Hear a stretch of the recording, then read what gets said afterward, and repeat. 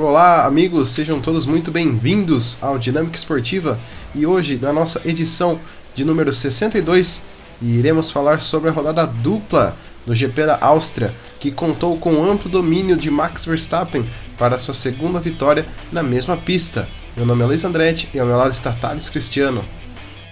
Olá pessoal, mais um episódio aqui do nosso podcast falando sobre automobilismo. Faz um tempinho que a gente não aparecia, né? Mas resolvemos voltar aqui para comentar sobre a nona etapa do Mundial de Fórmula 1, o GP da Áustria, né? 2 corridas seguidas no mesmo autódromo, lá no Red Bull Ring, na Áustria. E as 2 corridas teve uma coisa muito em comum, vitória amplamente dominante do Max Verstappen. Esse domingo, na nona etapa da temporada, ele conseguiu a 5ª vitória em 9 corridas nessa temporada. É líder mais do que nunca, a Mercedes parece não ter resposta no que ele vinha oferecendo. E a gente viu esse final de semana uma Mercedes que não era capaz nem de defender o segundo lugar, por assim dizer, né? A gente teve o Hamilton ali largando apenas na 4ª posição, se classificou bastante mal, por assim dizer, né? E acabou danificando o carro. Eu lembrei muito do que aconteceu com ele em 2018. Ele quebrou o bico de maneira semelhante enquanto liderava aquela corrida. Só que ontem ele acabou danificando o carro na parte traseira, né? Acabou perdendo 30% de downforce, segundo o Toto Wolff.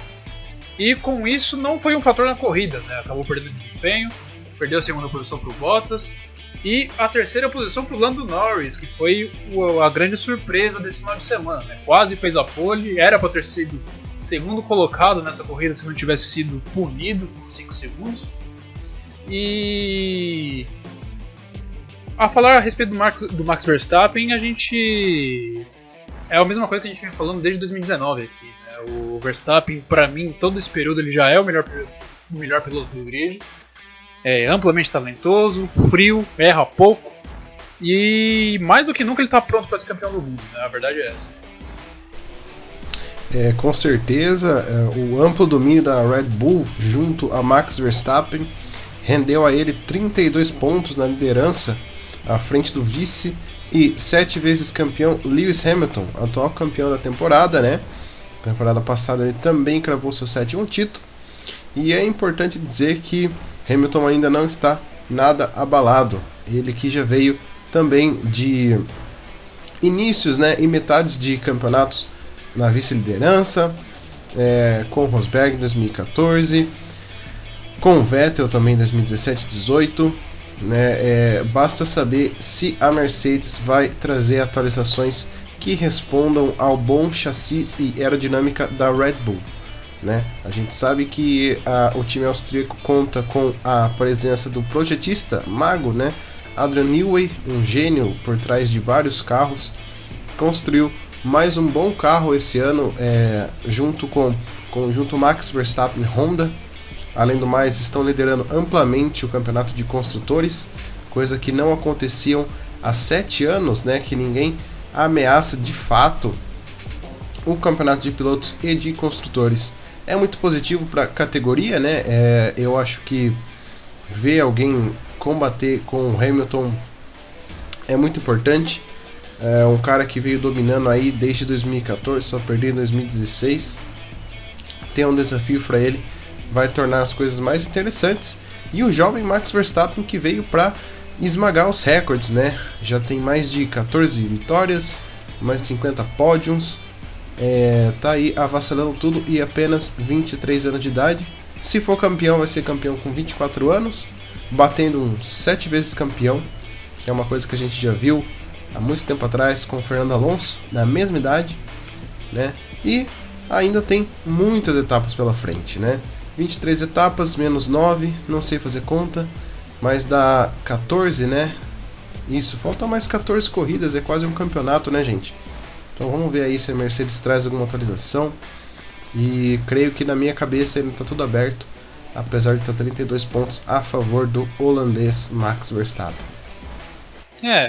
Teoricamente sim, né, Liz? Se a gente levar em conta que o calendário de 2020, aquele que foi feito meio nas pressas, teve 17 corridas, é lógico, repetindo várias etapas, mas teve 17 corridas ao final da temporada.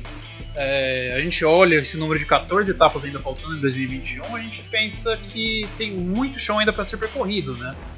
Ainda mais que a gente tem mais 2 etapas para pausa de meio de ano, né, para o recesso dos pilotos. A gente vai ter o GP da Grã-Bretanha em Silverstone, depois a gente vai ter o GP da Hungria lá em Budapeste. E são 2 corridas de características diferentes, por assim dizer, né? A gente tem Silverstone, que é um autódromo extremamente de alta velocidade, curvas de alta velocidade, e exigem bastante do downforce no carro.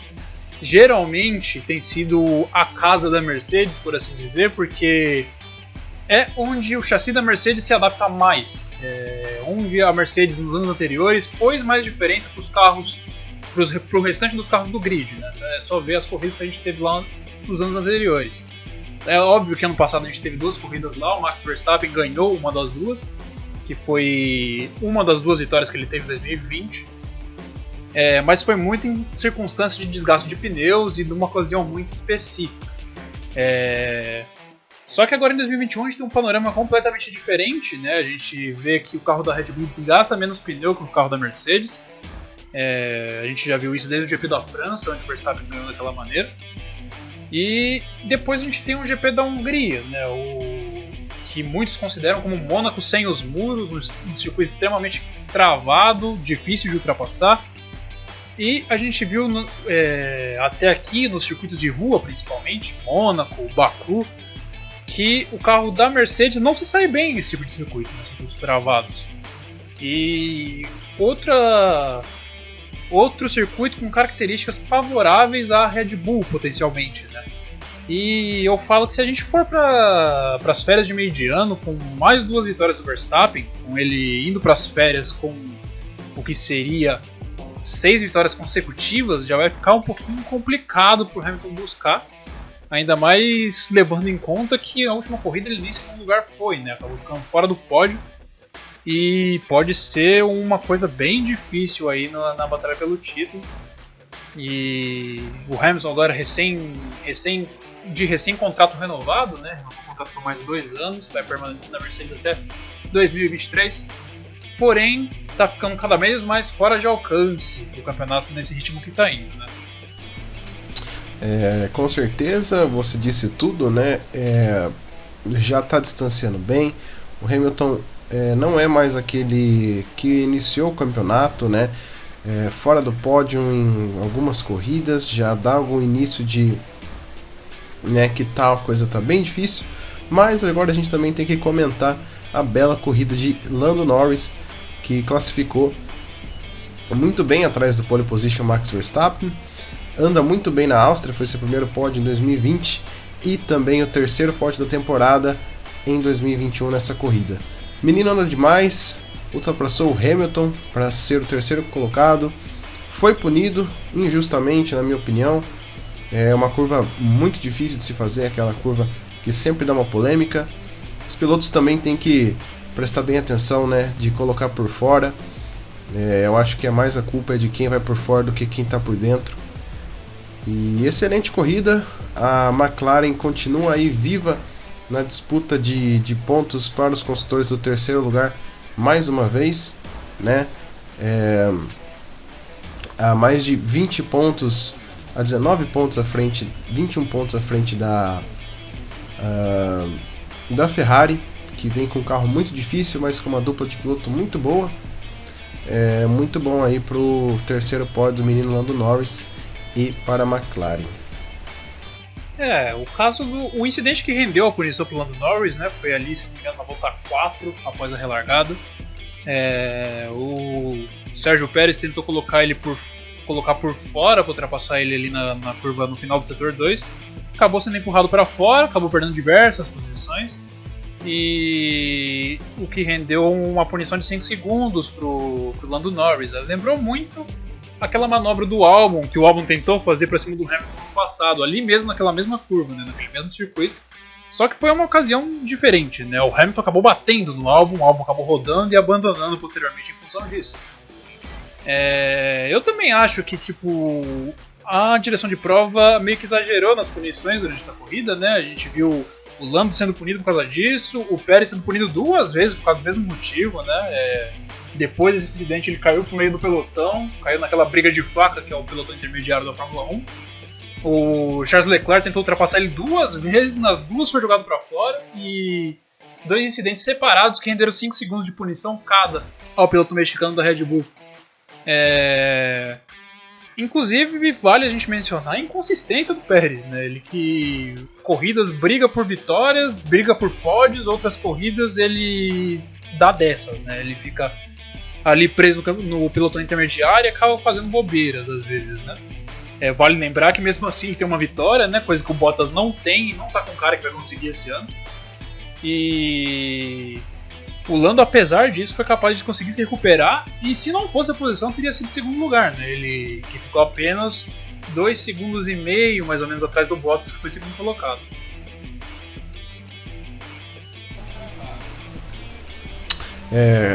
Essas punições a gente viu em excesso, né? O Pérez, como você disse, né, um cara muito irregular, tá com carro para fazer P2, tá? Se não fazer P2, vão ser humildes, né, e vamos deixar ele no pódio, que é o que ele deveria fazer, né? Ele conseguiu aí uma vitória legal, tudo mais, mas não está encaixando de novo. Volta o problema da classificação, volta o problema de batalhar com o pelotão intermediário, que acaba sempre embananando o piloto que tem o melhor carro, ele larga de trás para vir escalando. A gente sabe que ultrapassagem é uma coisa de risco. Foi punido 2 vezes, comprometeu toda a corrida, perdeu para o Sainz, ficou em 6º lugar no resultado final, e está apenas 3 pontos do Lando Norris de McLaren, que é uma coisa que o Sérgio Pérez tem que aí dar uma olhada, né? Outro segundo piloto que também renovou seu contrato para mais alguns anos, Esteban Ocon, desapareceu depois dessa renovação. Fernando Alonso está ganhando direto já 4 corridas acima do francês, que não pontuou desde então.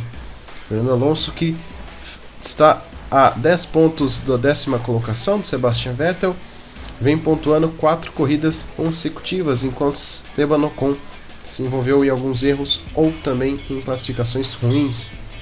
É uma pena, piloto francês jovem que mais uma vez começou a decair no meio da temporada. Começou muito forte, né? Mas agora parece que vem sofrendo com alguma coisa que não está deixando ele fazer boas classificações, nem trazer pontos para a Alpine no campeonato de construtores. Vale a gente lembrar que até Mônaco, que foi mais ou menos quando a Alpine decidiu renovar o contrato com o Ocon, ele estava consistentemente batendo o Fernando Alonso, né? Ele fez por merecer a renovação de contrato. Porém, desde que foi anunciado a renovação, se não me engano, por 2 anos mais, ou 1 ano mais, não estou lembrado, ele parou de performar, né? Desde a corrida da França não foi bem, as 2 corridas na Áustria tão pouco, e a corrida de ontem ele acabou se envolvendo num incidente lá no final do pelotão, né? Se classificou muito mal, ficou fora no Q1 e acabou ensanduichado pelo Mick Schumacher e pelo Antônio Giovinazzi ali no final do pelotão e abandonando a prova. O Ocon, eu enxergo ele como um bom piloto, tá? Mas esse comodismo dele que às vezes deixa um pouquinho a desejar, né? Porque a gente viu isso na época de Force India, que de 17 para 18 ele se acomodou um pouquinho porque sabia que ia ficar um pouquinho mais. E em 2018 também ele só começou a performar depois que soube que ia perder o emprego, por assim dizer. E aparentemente está acontecendo a mesma coisa, né? A gente sabe que a Alpine não tem um carro para brigar por pontos toda semana. A Alpine e a Aston Martin estão ali pau a pau, batalhando no final da tabela de pontos, brigam geralmente pela 9ª, pela 10ª, pela 8ª posição, muito mais acima disso. E o Alonso, inclusive, conseguiu um pontinho nessa corrida. Uma coisa que partiu o coração de todos os torcedores foi tirar o ponto do Russell, né? Que a Williams foi muito bem nessas 2 corridas, né? Talvez o circuito do calendário que a Williams ande melhor. Lembrando que ano passado, no GP da Áustria, o Latifi foi 11º colocado. E o Russell, na corrida de semana passada, o GP da Estíria, ele estava em 8º, brigando com o Fernando Alonso pela 7ª posição, se não me falha a memória. Até que um pit stop lento da Williams e depois uma quebra do seu carro acabou tirando ele da prova. E nessa corrida chegou muito perto. Ele passou pelo Q3 pela primeira vez na carreira, né, ficando na 9ª posição na classificação oficial. Fez uma largada ruim, caiu um pouquinho para fora dos pontos, depois voltou para a 10ª posição, onde andou até a antepenúltima volta, quando foi superado pelo Fernando Alonso, né? E terminando na 11ª posição, mais um 11º lugar para ele, que é o melhor resultado dele como piloto da Williams, né? Vale lembrar que ele tem um 8º lugar com a Mercedes, quando correu substituindo Lewis Hamilton ano passado. Porém, parece que é uma maldição, né? A Williams segue sem pontuar desde 2019, desde o GP da Alemanha de 2019. E pela primeira vez desde não lembro quando, a Williams conseguiu ir para o Q3, né? Um fato realmente inédito, talvez desde 2018, se não falha a memória, ou até talvez antes, porque em 2018, pelo que eu recordo, a dupla Stroll e Hiroshi não tinha um bom carro pela Williams. Foi Monza Stroll 2018. Isso, fazem quase 3 anos então. E o Russell parece que está nessa maldição de não conseguir pontuar com a equipe inglesa, né? Mas, por outro lado, os boatos e especulações dele no lugar do Bottas a partir do ano que vem cada vez aumentam mais, né? Vale lembrar que, vamos ser francos, que se ele tivesse uma Mercedes esse ano, talvez ele estaria superando até o próprio Hamilton. Isso é de fato a única saída para o Russell, né? Eu acho que o 4º ano de Williams para ele, para brigar para a 11ª posição para trás, não é muito negócio, é uma pena, é um talento desperdiçado, mas isso depende do Toto Wolff, o que abre um precedente da Silly Season que ainda não está nada confirmado, né? E a gente segue à espera de novas notícias, né? Do que parece que o Hamilton ainda prefere Bottas, né? A mídia prefere o Russell prefere a Mercedes, Toto Wolff não diz nada e é isso, né? Ainda vai ter futuramente Gasly, Ocon, quem sabe se ele voltar a andar bem. E eu acho que por esse final de semana foi tudo que a gente viu, né? Teve isso também. Uma coisa que é importante salientar também é a decadência que o Kimi está passando, né? Não só perdendo terreno para o Giovinazzi, né? Que eu acho que é unanimidade entre os fãs de Fórmula 1 que ele é um piloto um tanto quanto mediano. Não é um piloto medíocre como o Mazepin da vida, mas é um piloto meia boca. A gente pode considerar que ele não tem nada de brilhante, nunca teve. Tá ali na Alfa Romeo fazendo arroz com feijão, o papel que o Ericsson desempenhava antes dele, ele tá fazendo basicamente a mesma coisa. E o Kimi, que sempre entregou muito com o equipamento que ele tinha, desde seus últimos anos de Ferrari, 2019, no primeiro ano dele de Alfa Romeo, ele fez excelentes exibições. Ano passado também em algumas corridas, eu lembro que em Portugal ele chegou a andar até em 5º lugar naquela corrida, com um carro que não era nada bom. Durante essas 2 corridas da Alfa, ele foi consistentemente batido pelo Giovinazzi, né, tanto nos treinos quanto na corrida. E ontem teve aquele incidente bizarro na última volta com o Vettel, né? Ele passou por cima do Aston Martin do alemão como se fosse um verdadeiro trator. Tirou os 2 da corrida, né? E eu não me recordo da última vez que o Kimi foi tão criticado por uma manobra igual ele foi dessa vez. E muita gente diz que já tá fazendo hora extra, né? Um personagem muito carismático, todo mundo gosta do estilo dele, mas ele realmente ali tá se arrastando, não parece que tem vontade, só tá ali pelo salário. É um piloto que já tem muita idade, e eu não tenho muito o que dizer sobre o Kimi. Não tá fazendo um bom campeonato, tá levando tempo do Giovinazzi, que é um piloto que não é nada brilhante. Eu acho que a Alfa Romeo tem que reformular essa dupla de pilotos. Giovinazzi não merece essa vaga, a base vem forte aí. E a Alfa Romeo, eu espero que revisem aí futuramente essas contratações equivocadas e renovações do Kimi Raikkonen, o que traz apenas prejuízo, né? Uma equipe que vai ficar ali brigando pelo 10º lugar para trás e não vai ter nenhum piloto capaz de fazer uma classificação boa para tentar alguma coisa legal na corrida, né? A renovação do Kimi Raikkonen vai meio que fazer como que o assento não valesse para nada, né? Um cara que andou bem em 2018, ganhou corrida, mas infelizmente eu acho que o tempo do Homem de Gelo acabou, e eu acho que mais uma temporada apenas para Giovinazzi, que não é um piloto nem um pouco brilhante. Eu acho que o Callum Ilott e o Schwartzman, eles merecem muito mais do que esses dois pilotos atuais. E também o Mick Schumacher, que já está contratado para a Haas, né, do ano que vem. Vai ficar aí, né, talentos para a equipe que pode ter pontos para uma equipe que não vai pontuar mais uma vez, que é o caso da Haas. Exatamente, e agora que você comentou esse assunto, é bom a gente ressaltar também outro que está no hot seat, que a gente fala, que é o Yuki Tsunoda, né? Que foi um piloto que criou-se um hype gigantesco dele a partir da primeira etapa, né? Ele fez uma corrida inicial da temporada lá no Bahrein muito boa, porém, de lá pra cá ele só vem passando vergonha, por assim dizer, né? Não ganhou do Gasly, companheiro de equipe dele, nenhuma vez sequer na temporada, seja no quali ou seja na corrida. Na corrida ele ganhou porque o Gasly abandonou lá no Bahrein, né? Mas em classificação ele não ganhou nenhuma vez. O Gasly, que é um cara que está com uma carreira meio que condenada na Fórmula 1, né? Que tá andando na AlphaTauri sobrando, né? Ele tem um carro mediano, performando como se fosse uma equipe grande, andando na frente das duas Ferraris, andando na frente da Aston Martin, da Alpine, andando na frente de todo esse pessoal. Porém, ele não tem perspectiva de melhora na carreira, por enquanto, pelo menos, né? Ele lembra muito o Sainz, uns anos atrás. O Sainz, como estava encostado lá na Toro Rosso, ninguém imaginava ele ir subindo para a Red Bull ou indo para uma equipe de ponta, né? Agora ele veio para a Ferrari, venhamos e convenhamos que a Ferrari não é mais uma equipe de ponta hoje em dia, um tanto mediano.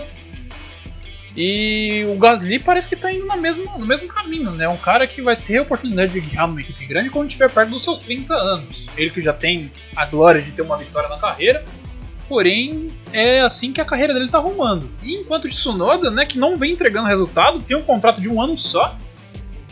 E tem o terror do Liam Lawson ali na Fórmula 2, né? Aquele que está ganhando corrida na Fórmula 2, brigando por título lá. Na DTM ganhando corrida lá também, tá sendo a sensação jovem nessa temporada, né? Ele, que se não me engano, é australiano ou neozelandês, não tô lembrado agora, e é protegido da Red Bull, né? E pelo que eu observei nas categorias de base, tanto o Tsunoda em 2020 como o Liam Lawson agora, o Liam Lawson é um piloto mais talentoso que o Tsunoda, né? Venhamos e convenhamos também que o Tsunoda tá na Fórmula 1 porque a Honda enfiou ele lá. Ele não tem calibre suficiente ainda, né? Pra estar no lugar que ele está. Ele ainda deveria estar maturando um pouquinho mais essa expertise dele, assim como o Schwartzman, assim como o Oscar Piastri, assim como outros nomes da Fórmula 2 que estão fazendo seu segundo ano. Ele também deveria fazer o mesmo. Sim, isso que aconteceu. Ele subiu prematuramente, né? Apenas 2019 fez Fórmula 3, 2020 fez Fórmula 2 e, enfim, estava na Fórmula 1. Bom, esse foi o nosso episódio número 62 sobre o final de semana da Áustria, nona etapa válida para o campeonato 2021, com a vitória de Max Verstappen, segundo lugar de Valtteri Bottas e o terceiro lugar de Lando Norris. Meu nome é Luiz Andretti e ao meu lado está Thales Cristiano. Até a próxima, pessoal!